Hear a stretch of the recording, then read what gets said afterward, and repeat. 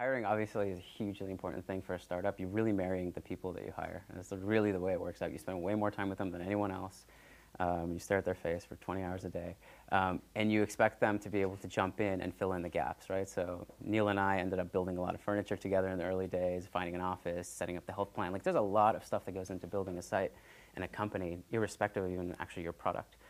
So going with friends in the very beginning can be a very powerful thing because you can trust them, you can open up to them, you can say, this is actually really hard what I'm going through. You don't have to put on a happy face. Not everyone has that privilege.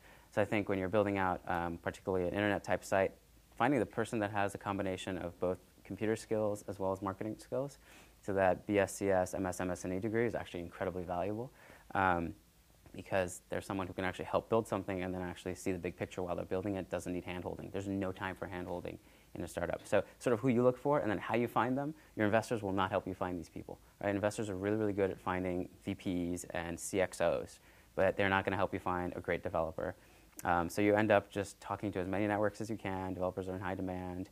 And so your networks, I met you through Ferd Vanderboom, again, through the mentors who know people, young, up-and-coming people. Tina, Tom, see some of the best of the brightest, right? Those are people to talk to as well.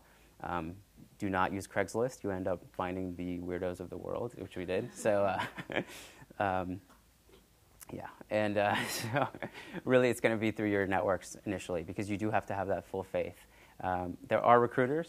Just as an aside, if you are looking for developers, there are definitely recruiters that find PHP developers or Ruby on Rails developers, and I was surprised to find that. I thought recruiters were really exclusively for executive class, but it is so hard to find good developers, you can actually go through a recruiter, and that's much better than Monster or Craigslist or posting through the alumni list.